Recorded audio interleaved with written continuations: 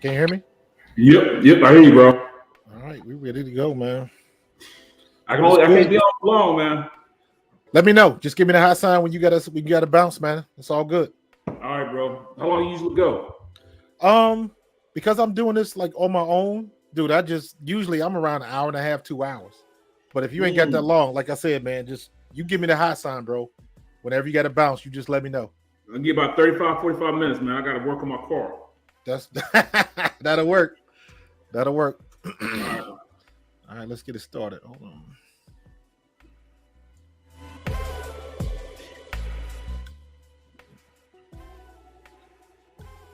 Check out my new intro, though. Get ready for the show. It's about to begin. Pro fan talk when we dive right in. Sports talk, hot takes, ain't nothing we lack. We the real fans, nothing holding us back. Mic check, 1, 2, y'all know the drill. We bringing the energy, we keep it real. Touchdowns, so liquid air on the slam dunks on the court. Every sport, every game, we holding down the fort. We breaking down the plays, dissecting the stats. Pro fan talk, we keeping it fat. Debating with passion, no filter, no doubt. We the voice of the fans, we scream and we shout.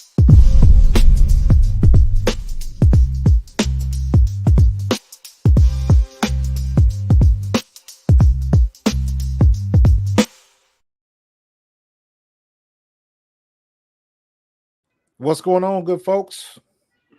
We are in Bro, the building. What's the going intro on, dude? was the intro was hot. I love Like it, bro. that? I love it. You like that? Yes, Check sir. this Yes, out. sir. I edited that, but that was all the music, the rap, all AI. What? All AI, dude. Wow. Yeah, it's getting good, man. But I found this program, and you can like specify what you're looking for. Okay. And I said I want like an old school beat, like an old classic hip hop, and that's what it came up with. You tell it what the theme is, what you like words you want it to mention. Everything else it does it for you. I said it came up with that. I said, damn, I'm gonna keep that. That's what's up. So yeah, man. But what's been good with you, man? I hadn't had a chance to talk to you in a good minute, bro. I know, man. I mean, everybody's rolling, man. I mean, so many things going on in Philadelphia sports, man. It's not just the Eagles, man. It's Phillies, Sixers, you name it, man. It's going right now. Yo, that's one of my topic points for the night, man. We are 3 out of 4 right now. We 3 for 4. We got the Eagles still hot in the news with Saquon. Then you got the Sixers pulling a Howie Roseman type, draft day. Right. And then the Phillies are in first place, man. And then you got to look at even the Flyers, man, going out there and getting their guy, man, from Russia, bro. I mean, yep. Philly sports is on the climb, man. Let's go. Man, we are on the ascension, bro. We are definitely on the ascension, man. So Illuminati, that's a good place to be. Good place to be. Sure. Speaking of the Saquon news, man, I want to get right into it because I know you're short of time, man. But what were your initial thoughts when you saw the clip from Hard Knocks? Bro, I'm like, how does the organization let that come out? I mean, I understand you got NFL films and they want to make sure that they get the fan, exclusive, stuff right then and there. But that's just you don't let stuff like that out, man. And this may be the last time they allow something like that to happen. And as far as them allowing that much access to teams and getting it out to the fans, because it's a dog-eat-dog world. I've been a part of those rooms where they're talking about players. I mean, it's some guys got gold jackets on right now that during the process of them, later on in the stage in their careers, they talk to them like about them like they're, they're hitters to the team. Why is he still on the team? What use does he have? Look how slow he is now. He can't make a tackle now. And I was really surprised. These are guys that have been number one. Like the epitome of their position that they play in. And they talk about them, and drag them through the dirt, man. Just being honest from what they see. And I saw those things too. I saw those things. I played against these guys. I saw the decline in their play. But to say it the way they were saying it, man, it was crazy. So to give the public access like that, I didn't think they'd ever do it. But man, that's what it is, man. It's a dog-eat-dog world. It's definitely one of those things where they gave fans exactly what they do behind closed doors. Yeah, man. It's a nasty business. You know, friends are friends, business is business. Don't confuse the two. And I remember, and I mean, obviously it's a couple days ago, but right after I saw it, I heard everybody talking about it. Then I finally watched it for myself. And the first thing I thought of was, even when you got somebody that does everything right, everything, he was a model citizen, he was a good captain, he was a phenomenal player, he was good in the community, he checked every box, and y'all still let him walk out the door. You still treated him like he was a second-class citizen, treated him like shit, and he walked. That last little conversation they had, you can tell he didn't want to be bothered. Well, Marcus, man, you've been a part of those, times when it has happened, man. It's what have you done for me lately, league, and they don't care anything about that, And I'm gonna tell you the truth, bro. When you look at the way that interview went, the GM knew that the cameras were on. He knew that, But Saquon probably didn't know. Right. And you could tell the way he answered the phone, like, yeah, huh? Well, I mean, it was a laissez-faire attitude because he knew exactly what they were thinking. And the Giants really underbid the market on him. They didn't think that he really had a shot. And before they knew it, man, he was already going out the door. Yeah, and if you think about it like that, man, it's the same situation that happened to CJ Gardner-Johnson when he ended up going to Detroit. Right. He got in his feelings, and he said as much. I don't get mad at him for shooting his shot because he deserved it. He led the league in interceptions, so you shoot your shot. You go for what you think you are worth. But if it don't pan out, if you pull that slot wheel and it don't pay out for you, you get what you get. Well, that's what they said. Essentially, that's what they said. They said, look, go out, test the market. See what your worth is. And they didn't think his worth was going to be, they were kind of joking like, all right, he ain't going to get $12 million. Yeah, he didn't get $12 million. He got $13 million. 13. So when you look at it, the market is this. The Eagles didn't sign him as a running back. They signed him as a weapon. They signed him to put him in a position to dictate to the defense what you're going to do. We're going to dictate this. You're going to be in the backfield, meaning they have to bring another defender down into the box and have an 8-man box. If you don't, we're going to run the ball on you. Last year, they had 2 high safeties because they didn't want to worry about the run. 2 high safeties so they can come down and double those guys on the outside. Well, you can't do that now with Saquon in the backfield. Nope. He's going to make sure that you put somebody in there, a resource in that box to stop the run. That's the worst thing you can do to a defense. A defense would be like this. Hey, you earn the right to rush the passer by stopping the run. Right. And that's, he's going to be that guy for you. Right. Show him run it, which we didn't do last 2 years. If we run in the ball well, you keep running the ball until the defense proves that they can stop it. Right. So, and hopefully we're not going to have that problem this year because if you look at Kellen Moore's track record, he's proven that he likes to run the ball. Right. So finally, after 3 years and 2 good running backs, because I was a Miles Sanders fan, and I still say we didn't use him right, but that was Shane Steichen. Yep. And then whatever the situation, whatever you want to call whatever that was last year with Brian Johnson, man, just did not get they. I don't know if they didn't understand the pieces on the table or what. Marcus, you said it back in the day. It's like you were a firm believer that they should have kept, him, and we definitely didn't use him last year. I didn't know what to say, man, about having that caliber running back in the backfield and not even to use him in the pass game either. I didn't understand it, man. I didn't. We said when we signed him, we said the exact same things. Finally, they can throw the ball, they can run the ball, just like they do in New York. We was using Saquon as an example. Right. Now we got it back like that, and he proved he could do it. He immediately started paying dividends. He was as advertised, and we still didn't use him. Even if we look at what Saquon, what he brings to the table right now, just the fact that we can check down to him. Right. You know what I'm saying? Cody, what's up, babe?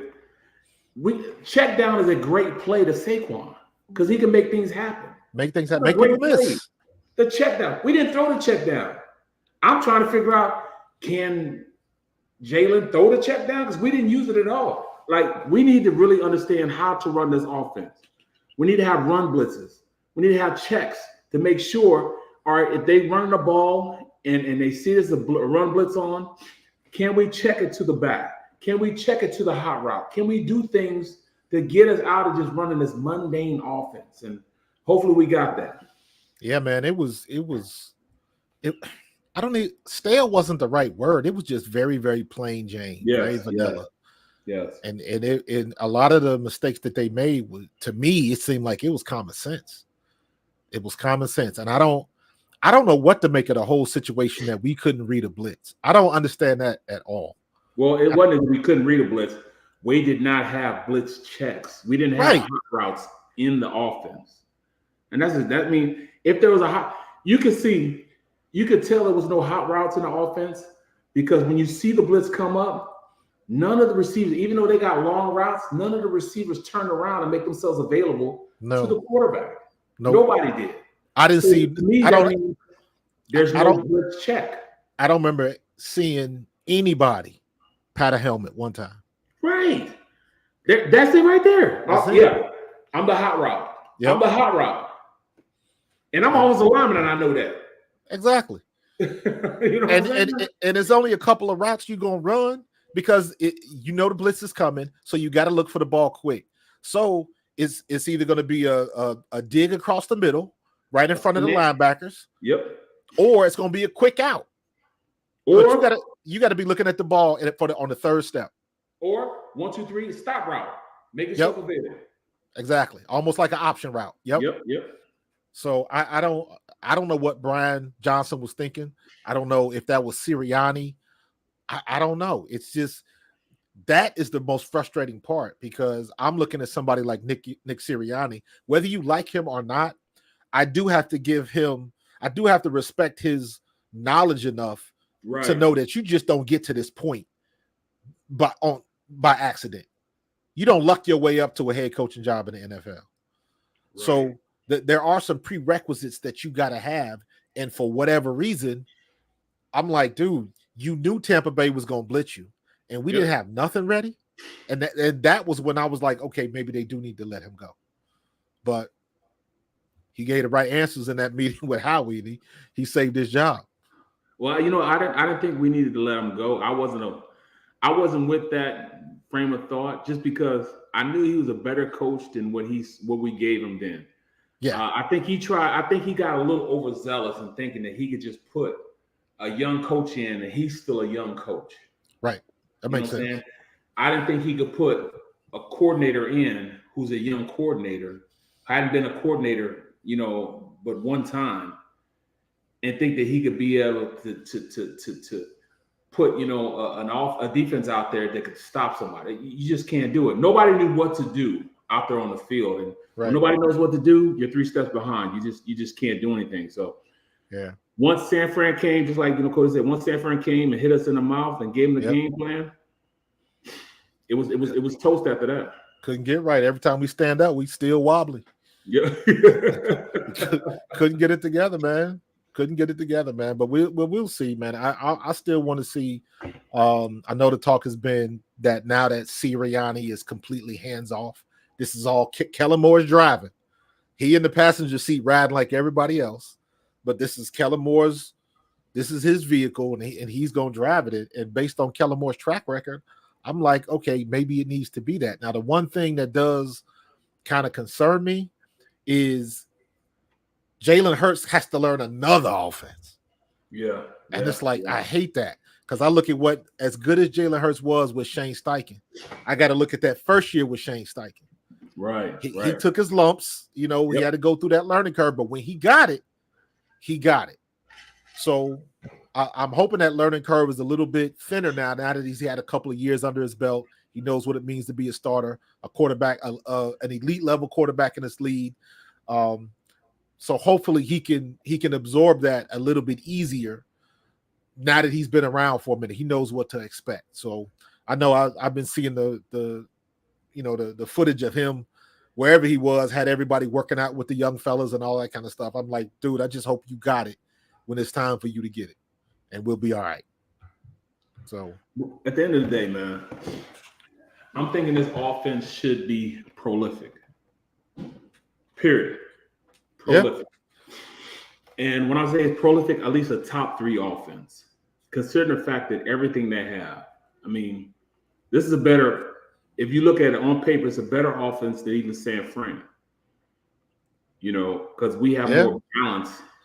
You know what I'm saying? Like, if you look at the tight end position, Kittle is just a little bit better than Goddard. Just a little bit. It's just he's more consistent at the tight end. Yeah, I agree. I was gonna say I think they're even in the skill set. Dallas just gets hurt too much. Right. If I look at the running back position, of course they have the upper hand because Saquon didn't have a team to play around. Right. When you look at their running back and you put him back in with the Panthers, he was terrible. You know what I'm saying? He couldn't do anything. He didn't have any help. Now that he has help, pretty good off the line, he's become that dude. Well, I think it's the same thing that's going to happen with the Eagles. Saquon has an offensive line now and weapons. He'll be that guy. He'll be that dude. When you look at the receiver position, there's no question we got the best receivers. Tandem between those two. Our receivers are going to be nasty. Right. So, I mean, we look at that, and I look at the quarterback position. I'll take Jalen over Purdy. Absolutely. So, when you look at it, I think our offense is better than what they have. Absolutely. Now, I think Moore has to get it going. I think Moore will get it going. Just little things as far as motion. People understand when you think of motion, and Coach, I want you to explain it to them too. When you think of motion, you've got the center. And at the center, just draw a line through the center and cut the defense in half. Mm-hmm. And when you have an even set or even you have a 3-by-1, when you take motion and you cross that center, it changes everything on how a defense adjusts to what you're doing. When you cross the center with a guy, you change the balance of how this defense calls their plays. Right. So they didn't have that with Philly. So they can line up in their defense and just run it. Once you bring somebody in motion that crosses right when the center is and they cross where he is, now you put that defense in position. All right, we got to make another call. Now somebody shifts. Now somebody has to react to this shift. Somebody has to go and take care of this spot. Somebody has this spot. So it can really put your defense in a bad position because you don't know who's going to cover who and where they're going to go. And just that motion alone. And I'm not even talking about when you come to motion and now you got AJ or Smitty off the line and now you can't put your hands on them and they have free route combination to go and do whatever they want to do. You got a problem. Crazy. You got to force the defense to make a decision. And that's what it is. Yep. And I was, I think we talked about this last year, man. And it was like the NFL is a copycat league. And all you had to do was look at what San Francisco was doing. Everybody else was doing the same thing. Everybody else was copying. What was for San Fran doing? San Fran would run that shift and they would put CMC either on the line as a tight end or he become the slot. And then they bring Debo in motion and he go do that reverse motion where he becomes the running back. It was simple stuff because, you learn in college, you can put all the motions together, but eventually a motion is nothing but a formation based on when you snap the ball. That's it. Yep. So, it doesn't matter if Debo is at the X position. He comes in motion, bows it back, and now he's at running back depth. If he hikes the ball and Debo's behind the quarterback, that means Debo's your tailback. Right. Yeah, exactly. But to your point, he's moving. The linebackers are shifting. So now you got overloaded at one side. So now you can sneak Kittles back to the weak side and everybody's concentrating on Debo. It's all a chess game. And it was like we wasn't even playing. Right. We wasn't even playing. Right. We didn't shift. We didn't motion. We didn't do jack. And that was frustrating because I was like, we can't be at this level. And I guess my thing is like, how did we go the whole year like that? I don't get that. And after ultimately it was the San Francisco game. But I'm looking specifically, you look at that 5-game streak that AJ Brown had. Everybody knew what was coming. They still couldn't stop it, and they still couldn't stop him. And then eventually everybody caught up. And then once they caught up, it was like, okay, Brian Johnson, what you doing next? And nothing ever happened. Nothing ever happened. So we got to be better than that this year, man. But I'm with you, man. Our offense should be dynamic. Well, and we just got to use the pieces, man. Well, I mean, we have somebody right now on the opposite side of the ball who understands how to use his receivers and his running back. We get that. But can we run an offense that can highlight Jalen's, skill set? We know that he can run an offense that can really take advantage of what Dak is. But Dak, man, say what you want to say about Dak. Dak is a hell of a quarterback, man. I hate to say it, he's with Dallas, but Dallas he's a top 7, top 6 quarterback in the league. Yeah, when you take all the Dallas stuff out of it and you look at his stats and how he's been playing, no, I can't answer why he hasn't been successful in the playoffs, but you don't lose a game by yourself. Exactly. So, now he does earn some criticism for last year because their defense was taking the ball away at a ridiculous pace last year. Right. And they could, for whatever reason, they couldn't take advantage of it. So, and then of course, you know how I feel about Micah Parsons. Micah Parsons is the best defensive player in the league. If he could just shut his damn mouth up and get off the podcast, he'd be fine. Right. You know what? When you thinking of that, bro, how's your starting safety gonna say something about your best player on defense? Bruh. What are you thinking about? Bro, keep that in-house. I don't understand it. And that's why it makes me so angry when I hear, and once again, it popped up last week. You hear all of these people trying to talk about what Jalen is doing and his personality and all that kind of. I heard somebody else. He used to work in Philadelphia. I believe his name is Chris Carlin. He put a thing on Twitter that was saying that, I used to work in Philly, and I'm telling you, something was going on with Jalen Hurts in that locker room. Something ain't right. And I'm like, how the hell you know? The people in Philadelphia was wrong about that. So what the hell are you talking about? And that just brought me right back to that place when people ain't got nothing to say, they start making shit up. Right. Well, they making it up. Well, when you got it coming out the player's mouth in Dallas, I mean, it just goes to show, man. Yeah. I mean, bro, Dallas got so many things going on with him, man. Like at this point, you got 3 guys that are on lame duck contracts. You got Micah Parsons. Yep.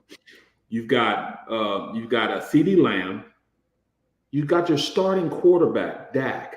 Your 3 most important players. Your 4 most important people on the team. The head coach are all on lame duck contracts. And then you're not going to be able to pay them because, number one, you got to look at, all right, Micah Parsons. Rush in position. Right now, you got to look at the kid from San Fran is making $170 million a year. He's got to at least get close to that. Yeah. As being the second best defensive player, second or third defensive best player in the league. I think it's him, Garrett, and the kid from San Fran. So he's got to get upwards of 160. Then you got to look at CeeDee Lamb. They got wide receivers right now making 140 million. Yep. Then you look at quarterbacks.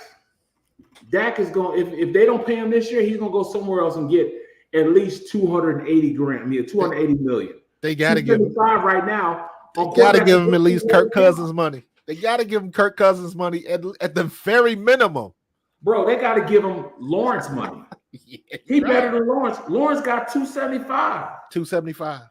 Come on, man. So, and then, you can't think that you're not going to be able to pay. You can't pay those. See, that's what I'm saying. How he reads the room, how he gets guys under free and sets the market early.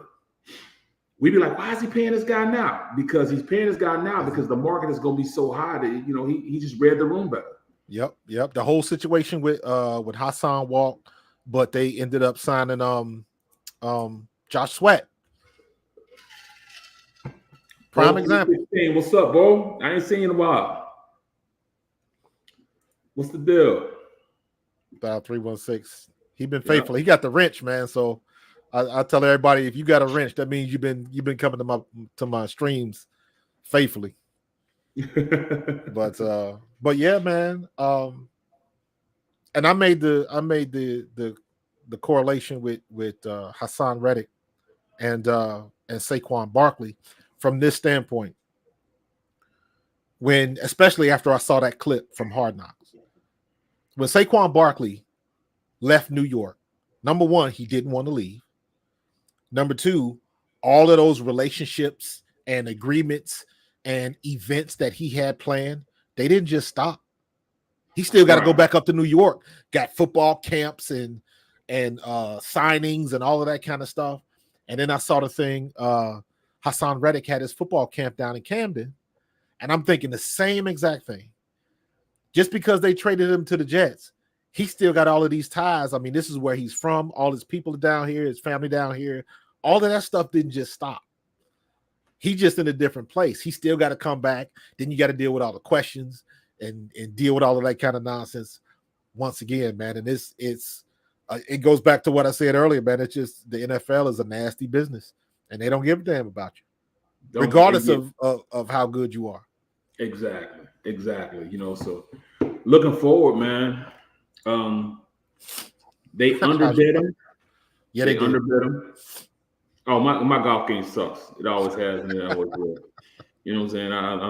I used my one iron the other day, man, and I hit it all but 200 yards, bro. 200 yards. It was straight, but it was only 200 yards, man. So we got to hit that Top Golf. Yeah, get some practice in. But I mean, let me ask you this then. And looking at, we're talking about the offensive side of the ball, and looking at the defensive side of the ball, how do they get on without Fletcher Cox, man? And we talking all this stuff about Kelsey not being. I'm fine with Kelsey not being here because I know Cam Jurgens is going to be okay. He's going to be all right. He just don't little idiosyncrasies that comes with playing center in the NFL. You know what I mean? There's little things that, when he calls plays, it's going to be a little bit different because when you look at Jalen Hurts, the reason why he's as successful as he was has a lot to do with Jason Kelsey being there and holding his hand in all actuality. He would, set the protections. He'd tell where where the mic is. He'll say protection. If he sees something that's not right, he can call, reroute the protection, send it to the other side, pick up the blitz, all that stuff. He really helped in the maturation of Jalen's game. And I think Jalen will tell you the same thing. But I think Cam is good enough physically. He has all the intangibles, athletic enough and all that stuff, that he'll be just fine being in there. He just got to learn the game, learn, these blitzes and learn how to be that that guy that, really, correlates with Jalen Hurts. So I think that'll be just fine. But the defensive side of the ball, man, they got a coach there now. Vic Fangio's a teacher. He's going to teach these guys what to do, how to get there and where to be there. And I think they'll know what to do. But, I mean, I think they'll be a little bit better than what people are giving credit for. I think so, too. I think it's not a make or break year, but I think a lot of pressure is going to be on Jalen Carter because I think he's got that level of talent. And everybody knows that. So now they're going to be he's a game plan. It's like, okay, we got to stop this kid. We're not worried about everybody else. I think the person that's gonna really have his breakout year is Milt Williams. Because Jalen Carter is a known entity. Jordan Davis is a known entity. Even Bryce Huff. He's coming off the hot hand from what he did with the Jets last year. So everybody knows his name. And Milt Williams kind of gets pushed to the wayside. And I think he's gonna be that dude that's gonna be like, huh? Milton Williams is my sleeper. Yeah, dude. He's gonna be the guy that was like, y'all better pay attention over here. No question. Y'all got a problem. Because if Jalen Carter, we're in a good situation where if Milt Williams does what I think he will do, if Jalen Carter plays up to expectation, and if Jordan Davis at least stays healthy and keeps his weight down for the most part of the year, we're gonna be back in that same situation. Obviously, they're not gonna be as good as Fletch, but they're gonna be in a situation where offensive line is gonna say you're gonna have to pick your poison. You can't get everybody. You're gonna have to pick one, and most times you're gonna pick wrong. Yep. I mean, who do you slide to? Exactly. Who do you slide the protection to? You slide the protection over to over to Carter, or do you slide protection, over to Milton, or you slide protection trying to keep Davis to the double team? We're not even talking about the defensive ends. We're just talking about the guys that that rush the pass. I mean, from the interior to rush the passer. So I'm like, we got a shot. We've got an opportunity, man. We definitely got an opportunity. I think we'll be okay, and I think, especially when you listen to ESPN and some of the sports radio, people from the outside looking in, and everybody defaults to that same argument. What are they going to do that Kelsey's gone? What are they going to do that Fletch is gone? And it's like, clearly you haven't been watching. You're getting your notes, you're getting your production notes because you're not in Philadelphia.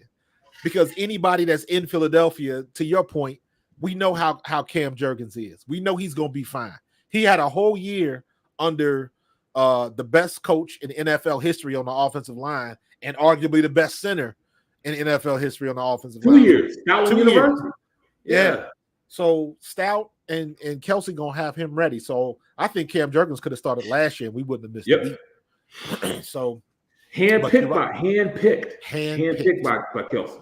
Handpicked. So I think we're good on that front. The defense. Hold on. Before we get further, I'm gonna go with your special. Shipley. What do you see with Shipley? What do you see with Gainwell? Who's gonna be the starter? Who do you think is gonna be the guy that's gonna step up towards the end, not beginning, towards the end of the year? Who's gonna be that second team back? It depends on what they do with Barkley. It depends because the reason why I'm saying that is Saquon going to be in a situation where he is almost like Swift did? There is no question this is the dude. He's been healthy. He's not getting nicked up or anything like that. And we're going to bring Gainwell in for maybe 5 to 10 plays a game because Saquon is solid like that. He's on grass. He's got a good offensive line. He's got no more excuses, and he is living up to expectations. If that happens, Saquon left. It's not Saquon left, Saquon right, Saquon the middle. Correct. And Saquon can carry the load, which means that's going to take some of the pressure off of Jalen. And hopefully they won't run him to death. Now, if that happens and Saquon gets the bulk of the carries and stuff like that, I think it'll stay Gainwell and then Shipley. But we've had this conversation before. Every time somebody try to get Gainwell out of there, he don't do that. Every time that dude gets a chance to get in there and they give him the ball, he makes something happen. But with Gainwell, wasn't we saying the same thing about Gainwell when Sanders was still talking? Yep. Gainwell can catch the ball out of the backfield. They never threw to him. He could catch the check downs. He could run the screens. They never did it. So basically, we still in that same situation. Now we got 3 backs that can do everything you want them to do. Run, pass, or run and catch. It all depends on how you use them. So I am hoping that Kellen Moore can really utilize the running backs like they should be utilized. To your point, you said it 100%. He is a weapon. Saquon is a weapon. And we got 3 of them. Gainwell is the same way. We just never use them like that. And I don't understand. And I always go back to this. This is why you get coaches like Bill Belichick, Parcells, Jimmy Johnson. That's why coaches like that had so much success. They knew who their guys were.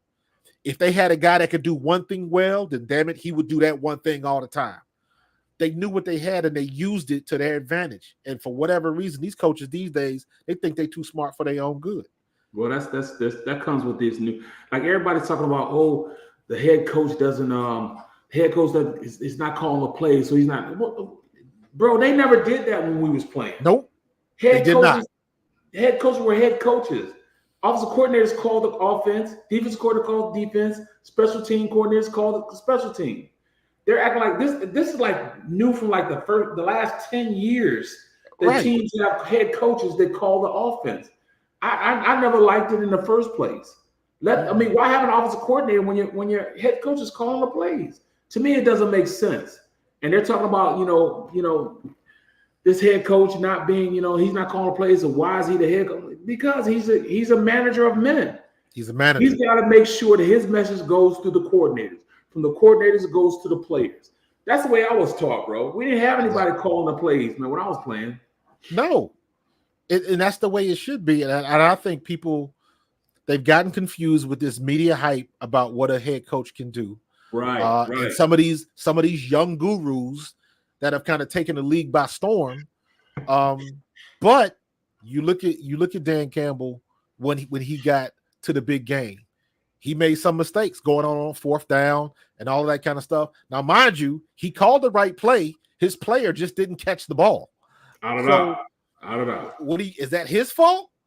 Not necessarily, but it's going to fall on him because he's the head coach. Then you saw what happened with San Francisco last year. You get in the big game, and it wasn't because Brock Purdy played a pretty good game.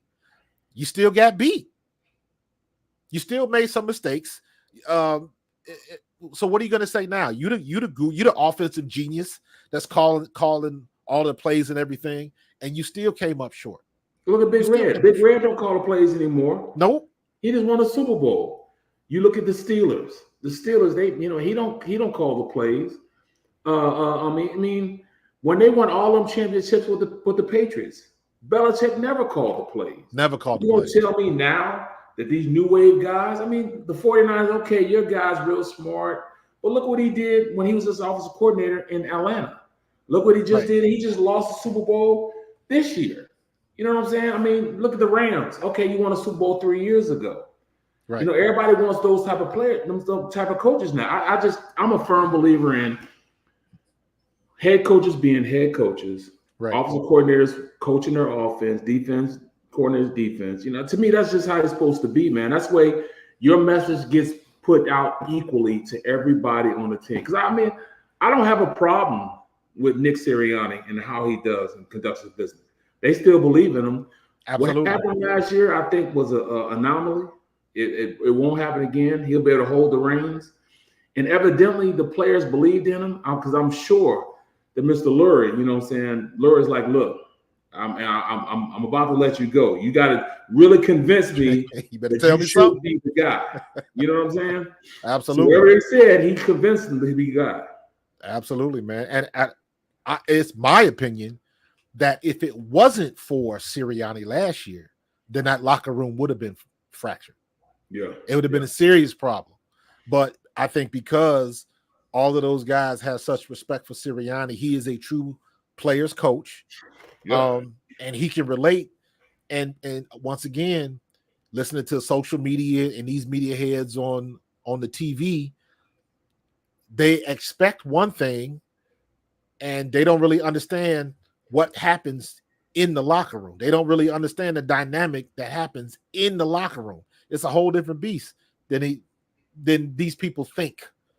And they don't get it. And they want something that they really don't want. Even the whole situation is like that whole thing about they didn't like Jalen's personality. I was like, the last thing you want, the very last thing you want is if your starting quarterback is fake. That's the last thing you want. So, but you don't want somebody that's gonna feed you BS. Exactly. You know what I'm saying? You want somebody that's gonna tell you the truth, shoot you straight. You know what I'm saying? Somebody I could trust. Like, it's a perfect example. I played for the Detroit Lions. My first year, made the playoffs. We played pretty well. My second year, bro, we were winning, man. We were like, I'm not, I don't know for sure what our record was, but I think we were around about 6-2. But Bobby Ross had lost the team. He had lost the team. I remember you telling me, and he couldn't handle it. He couldn't handle it, man. He lost the team, man. I remember we were going to play the Green Bay Packers, and it was snow on the ground, and we outside in Detroit practicing outside. Guys walking around, jumping off sides. You didn't know where the lines were and everything. So he called the practice. Wait a minute. Stop the practice. He stopped the practice. Guys walked up to him, and he was like, "What are you walking for?" And guys kept walking. I'm like, "Oh," they just kept walking. He's like, "Guys, what's going on? We don't know. It's just take it in.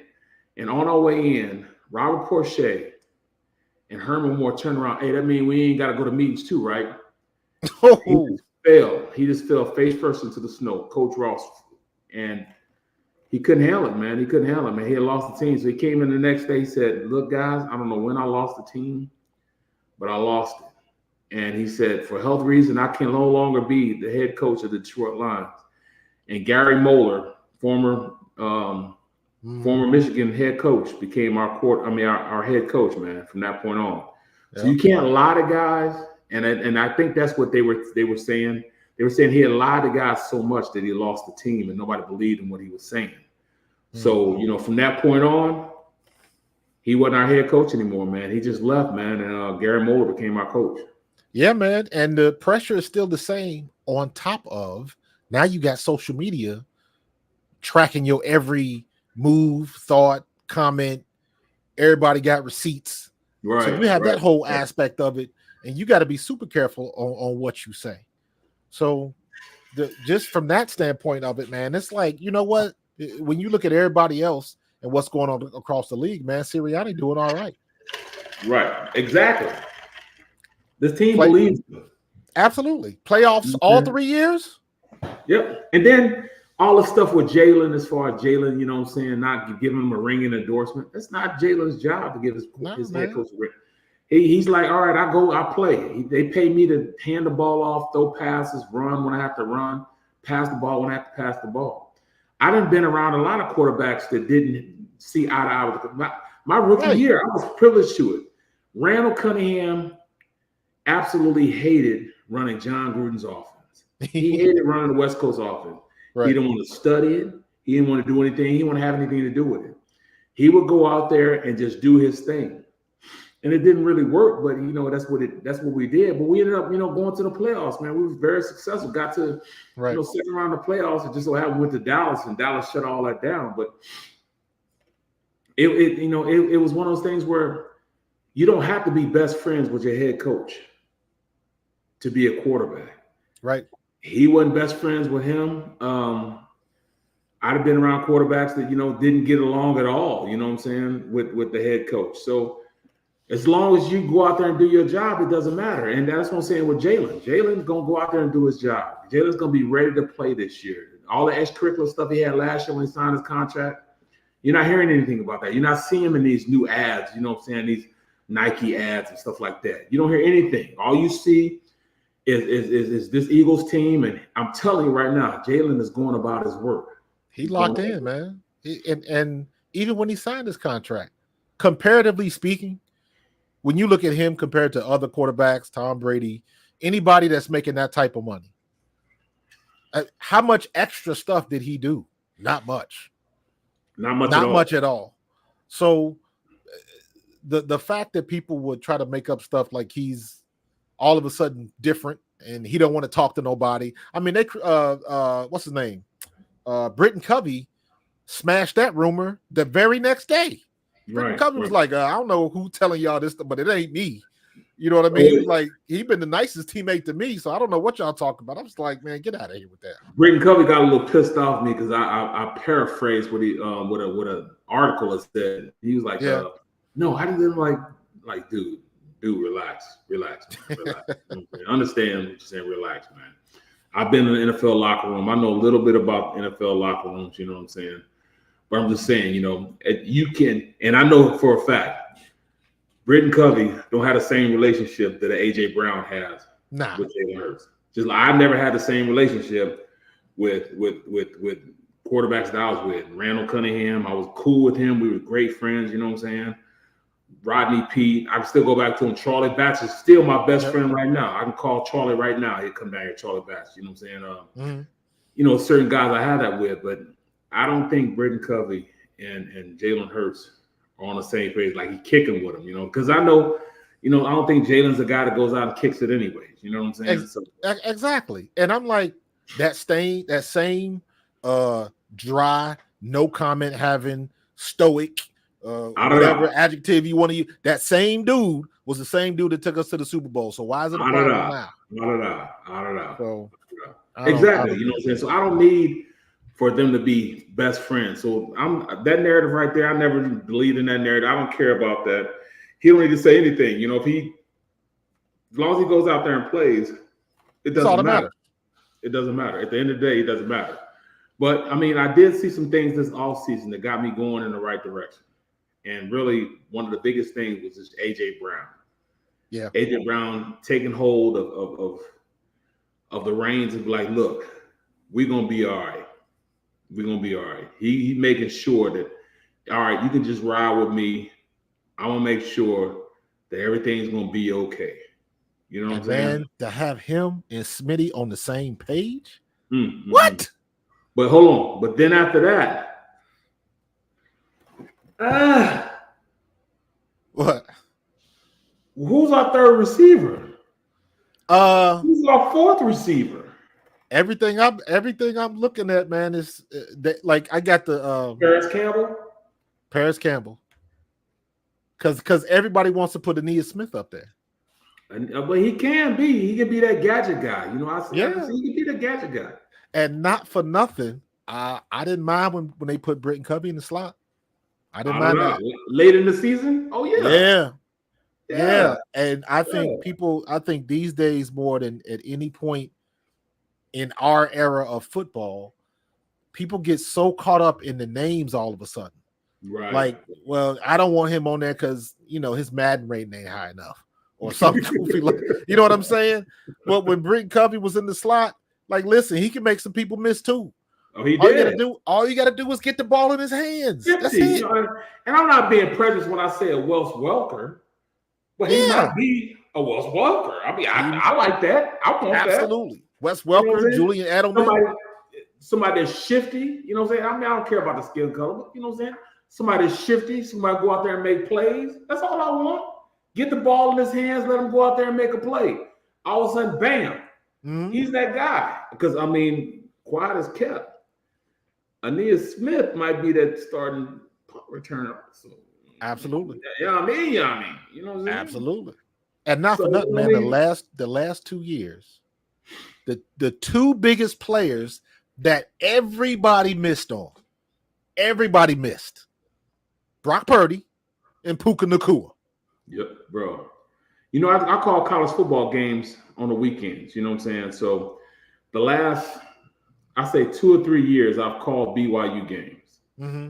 And Puka Nacua has been that dude every game I play. Just like his running back, I forget his name. He's down there in Atlanta right now. Okay. He's in Atlanta. The reason why, you know, everybody was talking about that running back that went to that first round, the reason why, what was his name? I forget his name. He was taking reps from that starting guy from Texas because he was that good. And then Puka Nacua was that good also when I was calling games for them. I did them BYU Kansas State game. Tyler Algier? Yeah, Tyler Algier. Yes. Tyler Algier. Baller. And then Puka Nacua was that guy also. So yeah, man, I've seen these guys play, man. I mean, there are some guys on this team that haven't been for instance, Milton Williams is one of those sleepers that I'm talking about. Mm-hmm. Actually, you know what I'm saying? Britton Covey might be a guy that's going to shock a lot of people also. And then Bond, somebody's going to shock some people also. I think Bond was a product of the numbers game down there in New Orleans. Yep. But when he got an opportunity to play, he made the most of his clock time. He made the most of it. So we all did it. We all did it. They gave you an opportunity. What'd you do? Got busy. You gotta capitalize, bro. Got busy. Look, I first got to camp, and they told me, all right, Bernard Williams smoking weed, he ain't coming back. Big B was my class. I said, okay, all right. Well, look, that means I'm starting. They're like, what you mean you start? I'm starting the left tackle for y'all from this point forward. And I started from that point forward, bro. From that point forward. I just wish people, I mean, you get a little bit more of it now, man, but for the most part, people still get overlooked and ignored when it's obvious talent right in front of your face. But because his draft status wasn't high enough, they kick him to the curb. And it's like, you can't do that in this day and age, man, because you're trying to get your team better at a lower price. Right, which makes that even more incredible because now All you got to do is a little bit of homework, and you see once you get into camp, you can tell who got the talent and who doesn't. Now, the hard thing now is because they don't have camp, you got to really pick and choose who's going to get those opportunities during the regular season. So you got to be careful with that. But the only way you can tell is to put somebody in the fire. That's the only way you can tell. Because you can't tell the damn thing in camp no more. You just can't. The only thing you know in camp is who your starters are. That came back from last year. They might not keep that same job by the end of the year, but at least you know what you got, man. But it's so and heck, and now they talking about adding 2 more another game to go 18 games. Right. And take away 1 preseason game. Yeah. Well, they're trying to get paid. Wow. So, I ain't gonna lie. I ain't mad. That's just another paycheck for us, bro. Let me be honest with you. For as much as they paying these dudes now, man, give me one of them Guardian caps, and I'll take my chances, bro. Shoot. Oh my God, the money they throwing out now, man. And everybody get the licensing deals and the media rights deals continue to go up. Right. And they changing. Right. How the hell the NFL now they gotta pay, what was the network? They gotta pay the network $4.1 billion or something like that. And that's a drop in the bucket. They ain't sweating that money at all. Ain't sweating it at all. Come on, man. Like $4 billion, bro. Oh. Come on, man. Crazy. 400 million, bro. Was that what it was? It 4 billion or 400 million? I can't remember. It was 4 billion. And then I was thinking like for Amazon and all the people, they were paying like 400 million. Yeah. Just to get the right to have a game on Thursday or Wednesday or something. Like, what is going on? Yep. And they're gonna keep doing it, man. It's gonna end up having games every day of the week. That's what it's going to end up coming to. Yep. That's what it's going to end up coming to, man. So it's kind of crazy, man. Are you ready? You got any? Are they gonna send you to Brazil? No, I'm not going to Brazil, bro. I gotta be in the studio. Gotcha. I gotta be in the studio, man. I don't want to go to Brazil, bro. I'm with you. I wouldn't want to go either. What do I want to go to Brazil for? You know what I'm saying? Brazil. For what? Yeah, that's the first thing everybody think of is that scene from Fast and Furious. Right. Brazil. We in Brazil. But yeah, I'm with you, man, because I look back. Heck, Paris is about to go through the same thing. Paris is not ready for the Olympics, bro.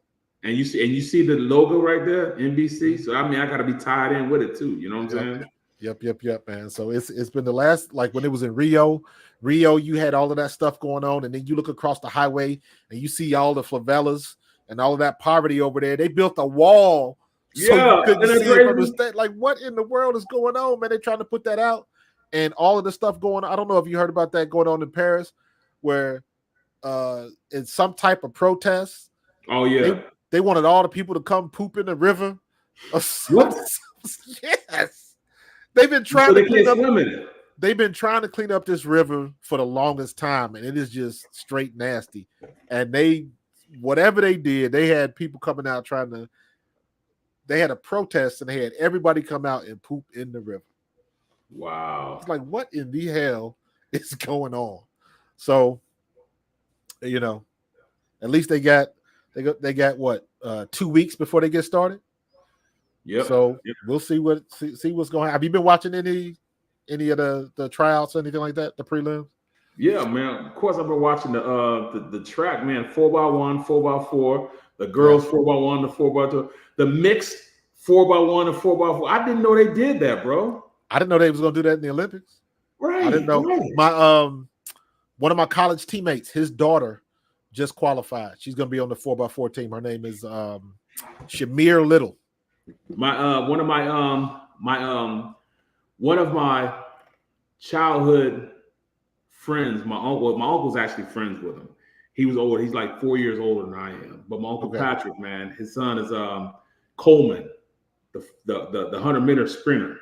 A couple years ago, he got put out because he's smoking weed or something like that. Right. And he ended up getting fourth in the 100, right? But he's on the relay team though, right? Yep. So he qualified for the Olympics. So he's an Olympic run. He's in the Olympic game now. So that's one of my childhood friends' pops. It's his son is Coleman. So Right. I'm rooting for him. I'm rooting for him. Man. I've been very deep in the WNBA stuff. Because my WNBA content, brother, is going through the roof. So I've been kicking that, man. So I'll be watching the girl stuff. I've been all watching the Caitlin Clark stuff. So what do you think about Embiid playing over there right now? I think it's fine. I thought he was going to play for Cameroon too, but I mean, he didn't live most of his life over here, right? So this is pretty much where his roots are, and it ain't like it's something new. That goes both ways. I didn't realize it's some women that used to play in the WNBA, but they play overseas, right? Right. What's the girl? The coach. She's the coach for the Las Vegas Aces. Becky Hammond. Becky Hammond played in Russia for so long. They made her a Russian citizen so she could play with the Russian team in the Olympics. Wow. So what Embiid is doing is not anything new. People that get bent out of shape, they're just, they don't really have no doubt. He's going to hurt us. Like, you know what? No, he ain't gonna be hurt, man. You know what I'm saying? Bro, it doesn't matter. He can be hurt working out. You can't think about his injury proneness. Yes, he's an older player. He's learned how to play, but I love the fact that he's over there playing with guys. He's only going to get better, man. He's gotten better every single year he's played in the NBA, bro. So he's going to even get better with the talent that he's going to be around. He's going to really show up. He'll be fine. We're going to really see where he goes.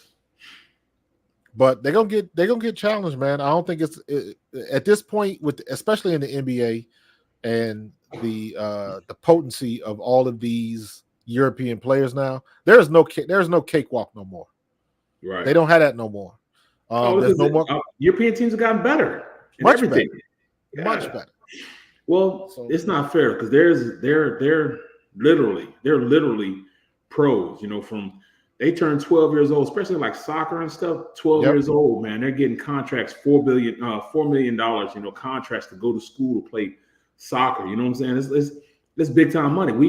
We want to stick with amateurs. For what? Yeah, we just getting over that hump with the NILs and all of that kind of stuff. Yeah. So it's interesting how that's playing out, but I mean, we'll see what they're going to end up doing.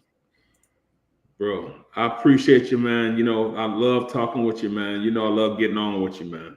Yeah, man, for sure. I got one more question before you go. What's up?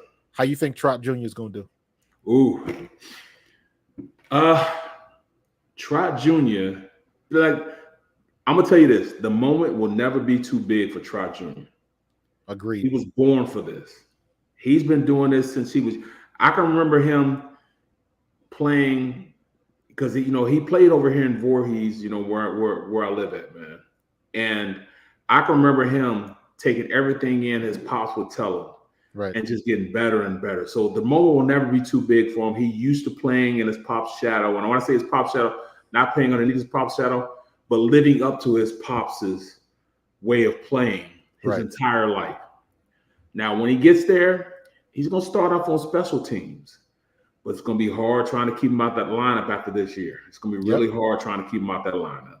Yep. He's fundamentally sound. He's quick enough to play. He's not a blazer, but he's a fundamentally sound player. Trot Jr. going to end up playing. He might play a little bit this year. I think he will. And I think he's in a perfect situation. For everything you just said, he is not the moment is not too big for him. Yep. And the only thing he's going to do is just show up and do what he's always done. Yep. So. But all right, man, I know you got to go. I know you got engines to change and all of that kind of stuff. I have no AC in my truck right now, man. I am going through it. Man. I'm sweating like a pig in that joke. Hot as fish grease, as Barrett would say.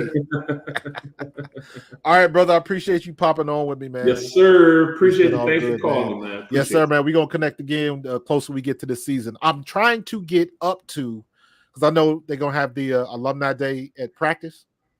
So I'm trying to figure out a way how I can get up there and stream live at practice. That's what I'll holler at you and let you know if there's a way you can do it, bro. All right. Just give me a All right. call. Right? I'll be in touch, brother. Yes, sir. Talk to you I later. appreciate everybody. You got it, man. Take care. Yeah, that's my guy, Barrett Brooks, man. Good talking to him. Good to just be able to chop it up and talk football for a minute, man. That's when it's always fun, man. So, yeah, man, we got a lot of stuff going on with the Eagles.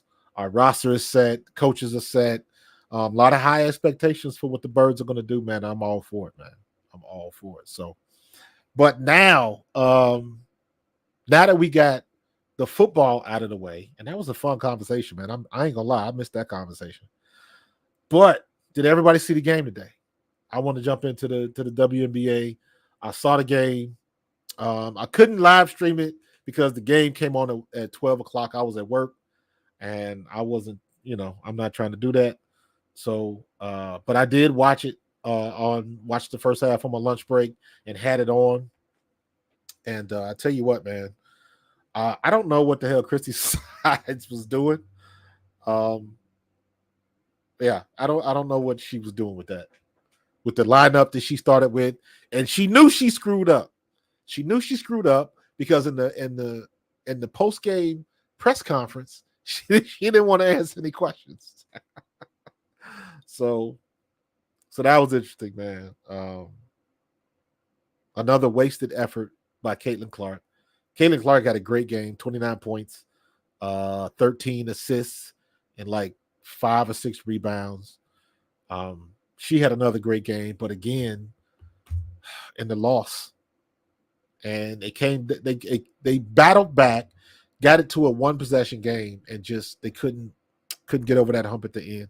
They fumbled the game away the way New York did when Indiana beat New York. So yeah, my guy Kevin. Time to get on sides crap. 5 steals. 5 steals. Yeah, man. Like, yo, she filling out that stat sheet, bro. She filling it out. And I didn't understand. Because first of all, I was like, why is Lexi Hall starting over Nalissa Smith? And you got what's her name? What's the is it Dolson? The big 6'5" girl for the Mystics. I think it's Dolson. The big girl that hits all the threes. But she was going down low and she was using Lexi Hall. I was like, you got a clear size disadvantage.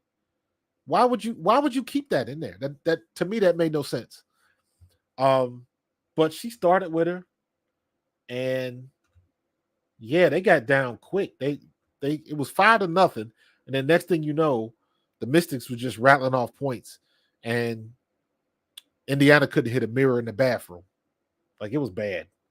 So I got to go back and listen to the whole press conference to see what was asked of Christy Sides, and I got to listen to her whole response. But I saw the thing where it said that she didn't answer the question. She didn't want to answer the questions, and I was like, uh-oh. So I'm bringing up stats now. Hold on for a second.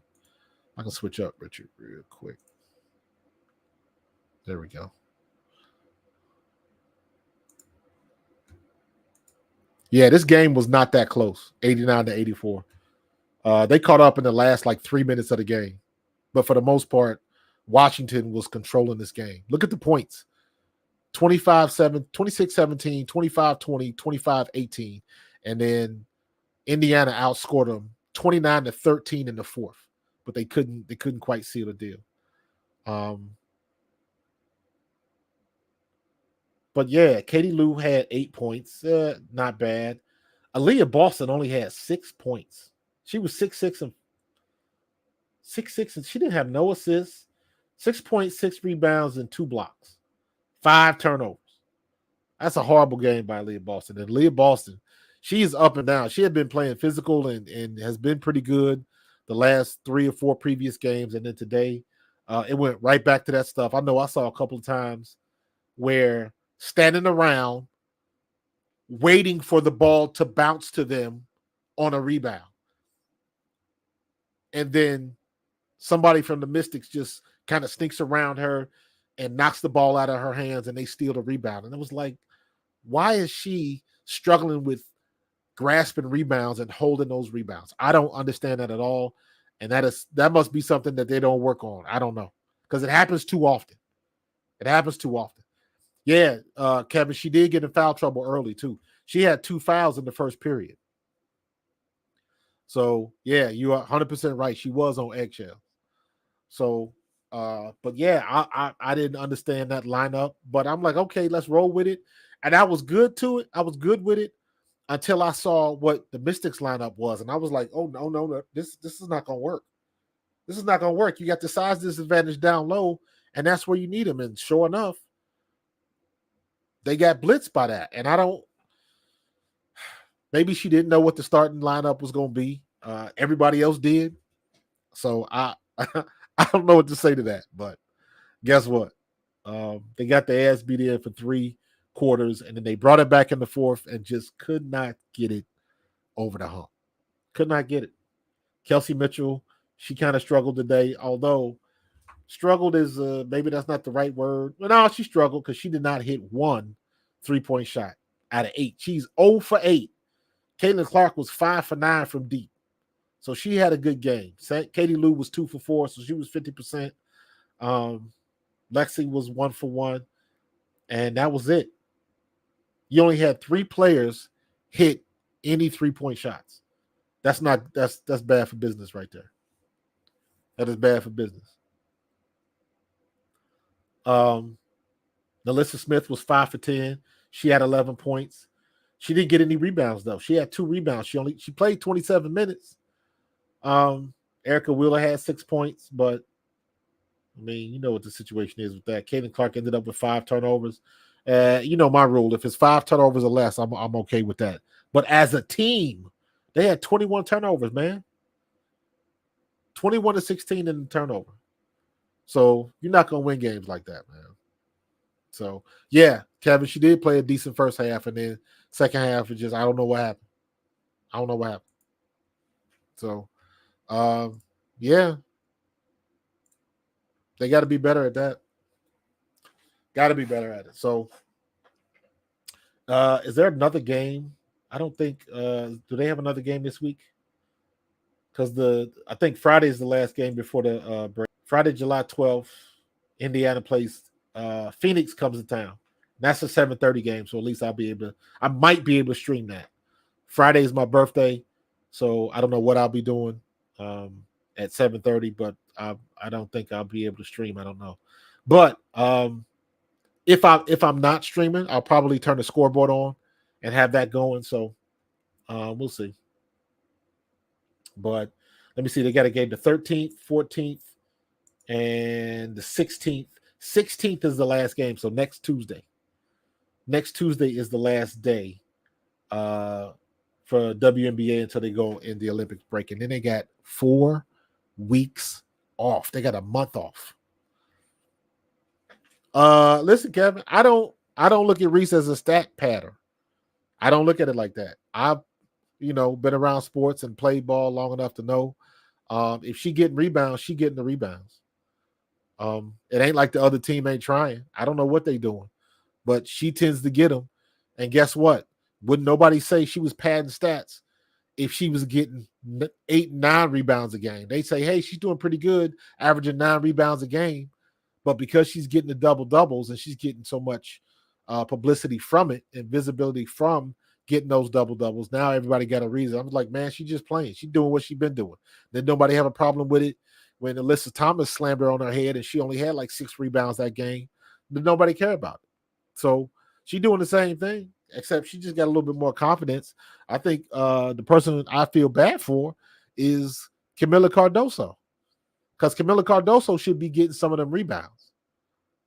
So, but it's a want thing, in my opinion. It's a want thing. The one thing that I've always said that Angel Reese does better than anybody else, and I said this while she was still at LSU, and I chalked this up to her talking to her Uncle Shaq and him giving her some advice on how to position to get herself those rebounds. She gets in great position. She's got her body in the right place. Indiana, on the other hand, it's like as soon as the offensive shot goes up, everybody's already running back the other way. Because how they get a jump ball, Aaliyah Boston wins the jump, and they're not in a good position to get it. They don't get the tap. And the Mystics get the ball back, and they score. And I think they made it a 2-possession game, and that's when they ran out of time. It was just like stuff like that. It's infuriating. It's infuriating. And that's when I see Chrissy Size losing those chess battles. So they could have won this game, but I'm not going to say they should have won the game because they play like crap all game. But the flip side of that is the Mystics have played like they've always played. The Mystics are not a bad team, but they fall apart in the fourth quarter. In this particular game, they just held on long enough to get the dub. So, Caitlin's still doing her own thing. It seems like every day somebody's going to come up with another record that she busted. The first rookie to do this, and this. Angel Reese was the first rookie to do this, and this. It's on both sides. So, but I'm not getting caught up in it because I know they're about to go on a month-long break. And you know who's going to win the Rookie of the Year? The person that's going to win the Rookie of the Year is the person and the team that can get back to normal after this break. The team that can do that first is going to get a couple games up in front of everybody else. And that's what's going to determine. So after the break, Caitlin Clark and Angel Reese are the two front runners. Nobody else is even close. Not Rakea Jackson. Nobody else. No other rookies. Cam Brink, maybe.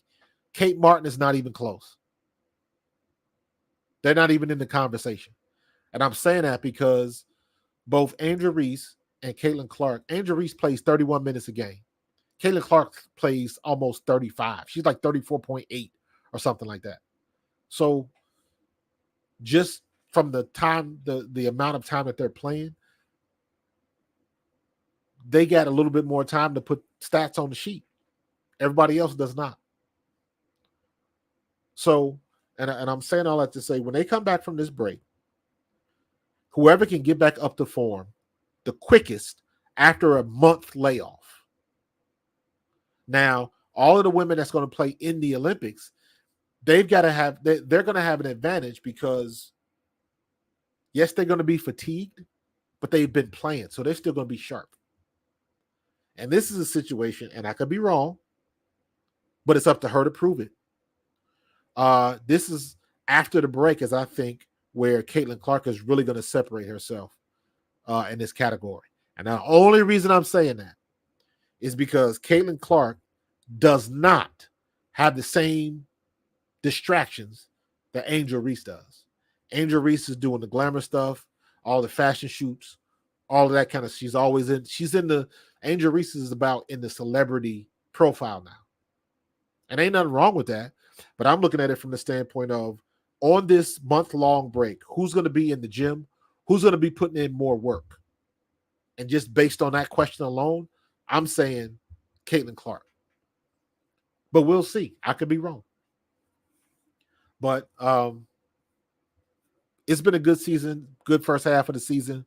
Pump your brakes on who you think is going to win Rookie of the Year because we still got 20-plus games to play. You got half the season. So it's a lot of basketball to play and a lot of things can happen. So it is what it is. But I'm reserving judgment till after this break, and I can see what everybody looks like when they get back. That's what I want to see because that's when it's really going to matter. So, but I'm going to get up out of here, man. This has been a fire live chat tonight. Appreciate my buddy Barrett Brooks coming on. I'm going to have some more people coming on. My birthday is on Friday. If you want to give me a birthday gift, tell somebody to come and subscribe to my channel. That's what I want. So that's what I'm looking forward to. And we're going to continue to have some fun. I'm going to try, if I don't stream live tomorrow, I'll be on probably say I might go at 9 o'clock tomorrow. I'll check my social media. It seems like I get the better response when I go later. You know what I'm saying? So we're going to keep that up, man. But I had to go early today because Barrett, that was the time Barrett was available. So did it like that. But I'm going to get up out of here, man. I appreciate everybody jumping in. Cody K, Kevin the PRF, Bow 316. everybody that joined the chat, man. Appreciate you. And I will see you guys in the next one. And have a good night. God bless and be safe out there. And I will see you guys tomorrow. Peace.